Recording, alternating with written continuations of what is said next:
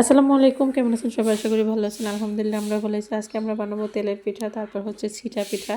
সেজন্য গুলা করা হচ্ছে। আমার ভাগ্নি আবার সব রকমের পিঠা বানাইতে পারে। সে পিঠা বানানোর জন্য এক্সপার্ট।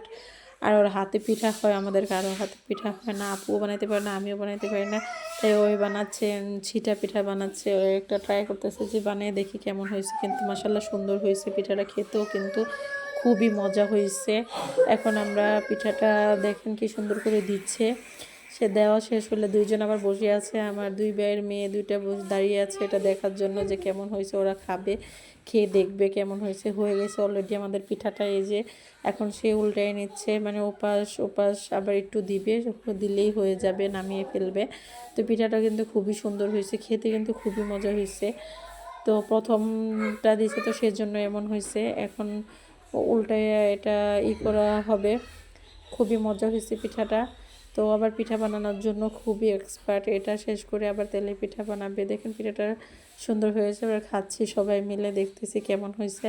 তো দেখলাম যে না, মজাই হয়েছে, পিঠাটা খুবই মজা হয়েছে। এখন আমরা তেলের পিঠা বানাবো। দেখেন তেলের পিঠা বানানোর জন্য তেলটা আগে থেকেই গরম করে নিছে।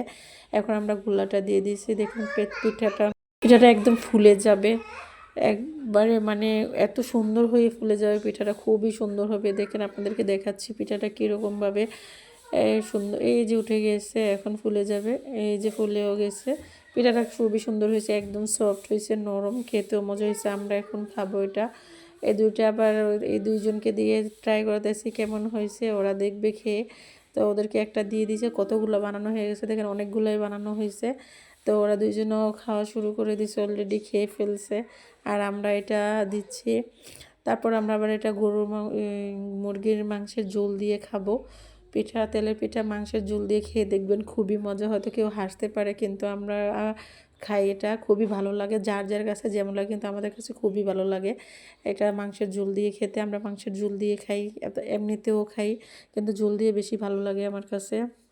তো আমরা এটা পিঠাটা হয়ে গেছে আমাদের, ওইদিকে আমরা বসে আছি খাওয়ার জন্য। আরেকটা পিঠা দিয়ে দিবে। দেন অনেকগুলো পিঠা বানানো হয়েছে। এখন আমরা খেতে চলে আসছি। দুইজন পণ্ডিত বসে গেছে খাওয়ার জন্য। ওরা খেয়ে বলতেছে কেমন হয়েছে। ওরা বলতেছে যে খুবই মজা হয়েছে। তো আমার কাছে খুবই মজাদার হয়েছে পিঠাটা।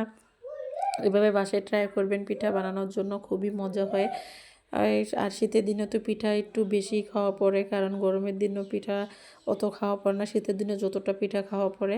তো আমরা বাসায় আসলে সব ধরনের পিঠা অলরেডি, বাবা পিঠা, চিতল পিঠা, ওগুলো সব খাওয়া শেষ। তালের পিঠা, ওগুলা খেয়ে ফেলছি। এখন শুধু বাকি আছে পাটিসাপটা পিঠাটা, সেটাও খেয়ে ফেলবো অলরেডি।